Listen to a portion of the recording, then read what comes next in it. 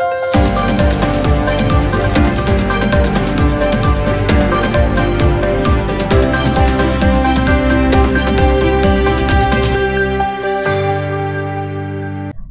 शंखनाद न्यूज चॅनलच्या बातमीपत्रात आपल्या सगळ्यांचं स्वागत आहे। सुरुवातीला पाहणार आहोत मुख्य बातम्या। लोकसभेच्या निवडणुकीत यंदा प्रशासनाच्या माध्यमातून धांदली करण्यात आल्याचा आरोप नागपूरच्या लोकसभा उमेदवारांनी सामूहिकरित्या केलाय। नागरिकांना संविधानाने दिलेल्या मतदानाचा अधिकारच प्रशासनाच्या माध्यमातून हिरावण्यात आला। 19 एप्रिलला नागपूरला झालेल्या निवडणुकीत डिजिटल मशीनचा वापर करून केंद्रीय मंत्री नितीन गडकरींचा प्रचार करण्यात आला। विशेष म्हणजे पोलिसांनी हा सर्व प्रकार उघड्या डोळ्यांनी बघून सुद्धा या विषयात संबंधित बूथ चालक आणि उमेदवारावर कुठलीही कारवाई केली नाही। या दिवशी हेतुपुरस्पर मतदार यादीतून लोकांचे नाव कापण्यात आले। त्यामुळे संविधानाच्या आर्टिकल 126चं उल्लंघन करणाऱ्या निवडणूक आयोग, प्रशासकीय यंत्रणा आणि भाजप उमेदवारांवर कारवाई करून हे इलेक्शन पुन्हा घेण्याची मागणी देश जनहित पक्षाचे राष्ट्रीय अध्यक्ष अरविंद मेश्राम यांनी केली आहे। कारवाई न झाल्यास देश जनहित पक्षातर्फे उग्र आंदोलन करण्याची भूमिका पक्षाचे राष्ट्रीय अध्यक्ष अरविंद मेश्राम यांनी घेतली आहे। माझं म्हणणं असं आहे, या नागपूर शहरामध्ये पुन्हा इलेक्शन व्हावं आणि जे काय घडलेलं आहे ते सर्वांना माहिती आहे। आम्ही तुम्हाला सांगितलेलं आहे, जर हे इलेक्शन रद्द झालं नाही तर आम्ही काल बी जेलभरो आंदोलन केलं आणि आता लाखोच्या संख्येमध्ये जेलभरो आंदोलन करणार आहे आणि त्याच्यासाठी जे काय करावं वाटलास ते आम्ही करू पक्षामार्फत। सरकार कलेक्टर जो सब मिले हुए वो लोग जिम्मेदार रहेंगे। जो सरकारी पदावर बसलेले वो अगर अपना काम बरोबर करते तो यहाँ पर प्रेस कॉन्फ्रेंस लेने की हमको जरूरत नहीं पड़ती। जो सरकारी अरे ये तो अभी रिजल्ट लगने का ही है, रिजल्ट लगने का है। ये रिजल्ट लगने के पहले हम बोल रहे हैं, क्योंकि पूरी सब जनता को मालूम है कि जो हुआ है ये सरासर गलत हुआ है।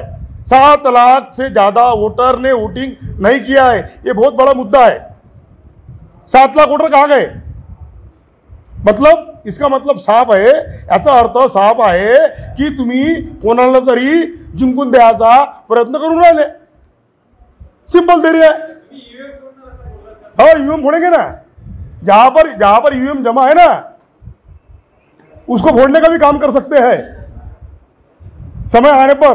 और मैं जो भूमिका बोलता हूं वो मैं काम करता हूं, क्योंकि मैं जिंदा हूं, बाकी दुनिया मरी पड़ी होगी लेकिन मैं जिंदा हूं और मैं जिंदा होने का सबूत मैं आप सब लोगों को दिखाऊंगा। क्योंकि मेरे अंदर जो जलन है वो जलन मुझे मालूम है। मेरा वोट काट दिया, मेरी माँ का वोट काट दिया, 7 ते 8 लाख लोक वोट काट दिया। क्या ये मॅडम, कोण गडकरी काय गडकरी आम्ही काय ओळखत नाही, तुम्हाला सांगतो। माझे एवढंच म्हणणं आहे, मैं गडकरी भड़करी किसी को पहचानता नहीं। लोकतंत्र की हत्या हुए, 7 ते 8 लाख वोट वहां से गायब है। ये इलेक्शन फिर से हो और फिर से वोटिंग कराए, और नहीं करेंगे तो इसका खामियाजा इनको भुगतना पड़ेगा। बस। अरविंद बालू मेश्राम, देश जनहित पार्टी राष्ट्रीय अध्यक्ष। धन्यवाद। उनको सेम डे कार्रवाई करना चाहिए था। जब कटआउट पूरे नागपुर शहर में घूम रहे थे तब उन्होंने नहीं किया। दूसरा, इसका मुद्दा जो है वो बड़ी पार्टियों द्वारा उठाया जाना चाहिए था। जो बड़ी पार्टी जो है कांग्रेस जैसी पार्टी, उनने उनका सीधा उठाना चाहिए था। उन लोगों ने क्यों नहीं उठाया? इसका मतलब ये जो इलेक्शन है सीधा डमी इलेक्शन है, इसमें किसी प्रकार की कोई कार्रवाई नहीं करने वाले। हमको तो ऐसा लग रहा है कि जो रिटर्निंग ऑफिसर है या और भी जो लोग हैं वो भी इनके साथ में मिले हुए होंगे, क्योंकि इतने दिनों में यदि एक्शन नहीं होता तो इसका मतलब क्या है? ये आज लोगों का एक छोटे परमिशनों के लिए जाया गया, 2 दिन उनके व्यस्त किए गए, इलेक्शन के प्रचार में उनको प्रचार नहीं करने दिया गया, तो इसका मतलब क्या है? ये आज जो बिल जो निकला है, बिल जो चल रहा है, आखिरी को पैसे जो भरने का बिल होता है, उस बिल में भी उनको गड़बड़ी आई है। 25 लाख की मिनिमम, एक अंदाजे बोल रहा हूँ मैं, तो बाकी मुझे पता नहीं, लेकिन उसमें भी गड़बड़ी है। तब भी तो उन्होंने एक्शन नहीं लिया। इसका मतलब क्या है? इसका मतलब यही है कि आप कहीं से दबे हुए हो, या आप कहीं से डरे हुए हो, या आपको अपनी नौकरी बचाना है, आपने अपनी नौकरी ढंग से नहीं करी। ये सब हमारा सीधा ऑब्जेक्शन है। इतने एक आदमी झूठ हो सकता है, 2 आदमी झूठ हो सकते हैं, इतने लोग झूठ नहीं हो सकते। इलेक्शन कमीशन के साथ सहयोग से निकली हुई है। जो इलेक्शन कमीशन 8 अक्टूबर 2013 के जजमेंट को नहीं मानता है, जो इलेक्शन कमीशन इस देश के संवैधानिक अधिकारों का ये जो दिया हुआ है, सारा सर ने मामला बताया, इसको नहीं मानता है हैंडबुक का, इसका मतलब कि election commission, Bharatiya Janata party और कांग्रेस यह देश के लोकतंत्र को खत्म करने का काम कर रहे हैं। हम एक मतदाता होने के नाते इतना ही नहीं तो हम जनप्रतिनिधि होने के नाते हम अपने सरों को कफन बांधकर लोकतंत्र को बचाने के लिए यहाँ पर एकत्रित हुए। अगर हम आवाज नहीं उठाएंगे तो हमारी आने वाली पीढ़ियां गूंगी पैदा हो सकती है, क्योंकि देश में अगर लोकतंत्र अगर माना जाएगा तो वहां के मतदाताओं का अधिकार होना चाहिए। लोक जनप्रतिनिधि एक्ट क्या है, 1952 का नियम है कि क्या कहता है कि अगर जनता कहती है कि हमें ईवीएम मशीन नहीं चाहिए, हमें कोई मशीन नहीं चाहिए, तो मतदाताओं के अधिकारों के माध्यम से उनकी मांगों को पूरा करने के लिए इलेक्शन कमीशन ने पहल करनी चाहिए। लेकिन इलेक्शन कमीशन नहीं कर रहा है। इसका मतलब हम सीधा साधा बोलना चाहते हैं, इलेक्शन कमीशन, प्रशासन, कांग्रेस और बीजेपी यह चारों मिलकर जनता के वोटों का यह हनन और अधिकारों को खत्म करने का काम कर रहे हैं। आने वाले समय में हम जनता की आवाज उठाने के लिए इसके ऊपर एक्शन लेंगे। मोठी तक्रार जी आम्ही तुम्हाला दिलेली आहे. बघा, मला वाटते की आपण त्यांची तक्रारी आम्ही काढायला गेलो तर भक्कम काय आहे आम्ही तुम्हाला लिस्ट देऊ शकतो. नाही हे तक्रार हे सर्वात मोठं एक जे आहे हा सर्व तक्रारीवर भारी पडणारी गोष्ट आहे. आजचा आमचा मुद्दा आहे आर्टिकल 126 का अगेन जो है सेक्शन 126 ऍक्ट 1951 आणि त्याच्या ज्याच्या कोर्टमध्ये दिलेला आहे, बरोबर ना. सेकंड आणि याच्या अंतर्गत सेकंड दुसरे आहे की इलेक्शन मध्ये जवळपास 6 ते 7 लाख लोकांचे नावं नव्हते. माझ्या घरचे काही लोकांचे नावं नव्हते. काही जे लोक होते जिवंत होते पण त्याला मेलं म्हणून टाकण्यात गेल्यानंतर काही लोकांचं झालं की त्यांचे वोट आधीच टाकण्यात केले गेले होते, बरोबर आहे. आता या मुद्द्यावर आपल्या भारत देशामध्ये 533 ऑलरेडी झालेली आहेत. हे लोकमतची परवाची नोंद आहे, बरं नोंदणी झाली 533 पुन्हा मतदान झालेले आहे याच कंडिशनवर, बरोबर आहे. आमचं आता एक लास्ट म्हणणं आहे की इथले इलेक्शन कमिशनर आहे या चीफ कमिशनर जे आहे यांनी या इलेक्शनला कॅन्सल करावे आणि पुन्हा मतदान करावे, बरोबर आहे. तर जवळपास आमचा मेन मुद्दा आहे की अंडर दिस सेक्शन आमचा हा कॅन्सल है इलेक्शन कॅन्सल करावा, पुन्हा इलेक्शनला घ्यायचा आणि जेही तुम्हाला लिगल ऍक्शन तुमच्या तर्फे म्हणतात जे लिहिलेले आहे बुक्स मध्ये रेफरन्स बुक आहे तुमच्याकडे, आमच्याकडे आहे, सगळ्यांकडे आहे. त्या सेक्शनच्या अंतर्गत तुम्ही जे लिगल ऍक्शन्स होते ते तुम्ही घ्या. आम्हाला बरं वाटेल. आम्हाला आणखी एक वाटलं की जे सेकंड पार्टी आहे त्यांनी ऍक्शन नाही घेतलं, पण आम्ही छोट्या लोकांनी एक हिंमत करू येतं. इतर लोक तुम्ही म्हणता ना की एवढे लोक नाही आले साहेब, इतर लोक वितात. आता कसं आहे की आम्हाला कोणाला तर तरी समोर यायला लागेल, कारण कोणीतरी समोर नाही आले.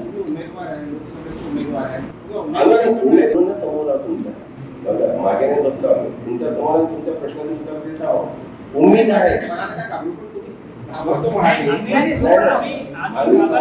आम्ही तुमची उमेद आहोत. काही लोक जे आहेत बिचारे त्यांना कंप्लेंट करायला एवढं बोलायला जे मी बोलतोय एवढं तुम्ही डेलिंग नाही करत साहेब. अल्टिमेटली मोठ्याच माणसासमोर आहे, पण आम्ही त्यांचं डेडिकेशन नाही. आमचं एकच म्हणणं आहे की अंडर सेक्शन जे पडतोय जे लिगल ऍक्ट आहे आम्ही कोणतेही त्यांच्या लावत नाही. हे नाही ते आम्ही सेकंड आम्ही ऑप्शन आम्ही तुम्हाला सांगू जे काही आहे बघा. जे लिगल ऍक्शन्स होतात आम्ही त्याच्यावर बहस करू, डिस्कशन करू. आम्ही कोर्टात जाऊ, जिकडे जायचं पूर्ण देशामध्ये आम्ही करणार आहोत. आपल्या दिल्लीमध्ये आम्ही करू शकतो. प्रत्येक ठिकाणी आम्हाला ऑप्शन्स आहे. आमचा हक आम्हाला मिळाला पाहिजे. कोणावरही अत्याचार ज्याला म्हणतो की म्हणजे या हिशोबाने म्हणजे एक आम्ही घाबरून जातो ना दुसरा प्रमाणे जो कामं करतोय हे अगेन्स्ट द सेक्शन आहे किंवा तुम्हाला लोकांवर दुसऱ्यावर आहे किंवा तुम्हाला बंदी हे करू शकतात. त्याच्यावर आम्ही कंप्लेंट केली. तुम्ही म्हणता कंप्लेंट मी चीफ इलेक्शन कमिशनरला मेल केलेला आहे. यांनी सगळ्यांना पर्सनली आपले त्यांनी लेटर दिलाय, कंप्लेंट लेटर दिलेले आहे त्यांना कमिशनरकडे पडतील. No action has been taken against them. तो व्हाट रिक्वायर्ड फॉर दिस हम इसको हम क्या कर सकते बोल सकते. इट हैज बी अगर उसकी जगह हम लोग बोलते हैं तो अभी तक तो पता नहीं क्या होगा. मी सचिन वाघाडे या लोकसभेमधला मी एक उमेदवार आहे. 23 नंबरला माझा रोल नंबर होता रोल रोलर. मला तुम्हाला एवढं सांगायचं आहे की आम्ही या देशाच्या लोकशाहीमध्ये आपण सर्व स्वतंत्र लोक आहोत आणि या देशामध्ये लोकशाही पुनर्स्थापित व्हावी आणि त्या पद्धतीनं या देशात काम व्हावं म्हणून आपण सर्वांनी प्रयत्न करत आहे आणि प्रत्येक जण एक खारीचा वाटा एक नागरिक म्हणून आपण लोकांनी ते केलेलं आहे। या देशामध्ये आपण लोकशाहीच्या माध्यमातून दर 5 वर्षांनी एक मतदानाची प्रक्रिया लावतो। यामध्ये कसं आहे की अतोनात पैसा खर्च करत आहे, ज्याचं लिमिट त्यांनी 95 लाख दिलं आहे। पण जर तुम्ही एक बाजू जर दुसरी पाहिली तर तुम्ही खरंच पहा, या मोठ्या पक्षाच्या लोकांनी 95 लाखपर्यंत खर्च केला आहे। तुम्हाला त्याच्यापेक्षा काही लिमिटच्या वर यांनी पैसा केला आहे आणि सी विजिल नावाची ॲप म्हटले आहे या इलेक्शन कमिशनने। या इलेक्शन कमिशनला आम्ही 19 तारखेला सी विजिलवर कंप्लेंट केल्यानंतर त्याचं तात्काळ रिप्लाय नाही, 100 मिनिटांमध्ये तुम्हाला त्याचं सोल्युशन मिळेल अशा कंप्लेंट केल्यानंतर आजपर्यंत ना त्याचा एक साधा कुठला रिप्लाय आहे, ना त्याच्या संबंधित कुठलं पत्र आहे, ना आजपर्यंत ना कुठलाही कम्युनिकेशन इथे आहे इलेक्शन कमिशनच्या माध्यमातून किंवा रिटर्निंग ऑफिसरच्या माध्यमातून आमच्या कुठल्याही व्यक्तीला त्याबद्दल कुठलंही आमचा काही साधं पत्र द्या ना, तुमच्या तक्रारीवर आमची चौकशी झाली आहे, या दिवसात तुमची ही प्रक्रिया पार पाडल्यानंतर म्हणजे आम्ही सामान्य कुटुंबातून कंप्लेंट नंबर आलाय, सी विजिलचं काय म्हटलं की आम्ही 100 मिनिटांमध्ये त्याच्यावर कारवाई करू, त्या लोकेशनला पोहोचू, पण त्यांनी ती प्रक्रिया राबवली नाही। आम्ही खूप जणांनी वेळेवरती तक्रार केलेली आहे, पण तरीही तिथे पोहोचलेली नाही। रिटर्निंग ऑफिसर यांनी त्याच्यावर तात्काळ कॉग्निझन्स घ्यायला पाहिजे होतं। मेरा नाम केविन सूर्यवंशी है, मैं नागपुर लोकसभा उम्मीदवार हूँ। मेरा मुद्दा ये है कि कलेक्टर साहब ने बोले थे 22 लाख लोग वोट कर सकते हैं और खाली 6-7 लाख लोगों ने वोट किए। मैं ये पूछना चाहता था प्रशासन से, बाकी वोट कहाँ है? आधे से ज़्यादा लोगों के नाम लिस्ट से गायब। मेरे खुद के मम्मी का नाम नहीं था लिस्ट में, भाव के मम्मी का नाम नहीं था लिस्ट में, भाव का खुद का नाम नहीं था लिस्ट में। हमने पुरानी लिस्ट निकाल के नाम निकाल के लाया। मुझे ऐसा लगता है प्रशासन मिलके किसी एक पार्टी को हेल्प कर रहा है, तो इसके लिए हम आंदोलन कर रहे हैं। कॅमेरामन प्रवीण सह सनी भोंगाडे, शंखनाद न्यूज, नागपूर। 77 वर्षापासून आयुर्वेद सेवेत असलेली शिवशंकर आयुर्वेदिक एजन्सी अनुभवी वैद्य डॉक्टरांद्वारे जटिल किरण रोगांवर विशेषतः आयुर्वेदिक उपचार उपलब्ध आहे। सर्व नावाजलेल्या कंपन्यांची औषधं आणि सर्व प्रकारची जडीबुटी आणि रोगप्रतिकारक शक्ती वाढवण्यासाठीही अनेक प्रकारची औषधं मिळवण्याचे एकमेव विश्वसनीय स्थान। आमच्या इथे सगळ्या प्रतिष्ठित कंपन्यांचे औषधी उपलब्ध आहे। मग वाट कोणाची बघताय? आत्ताच भेट द्या शिवशंकर आयुर्वेदिक क्लिनिक। आमचा पत्ता आहे योग कॉम्प्लेक्स, डॉक्टर मंगला केतकर हॉस्पिटलच्या समोर, महाजन मार्केट जवळ, टेम्पल बाजार रोड, सीताबर्डी, नागपूर। संपर्क साधा 8605 24 50 80। Landline number 0712 25 67 74 7।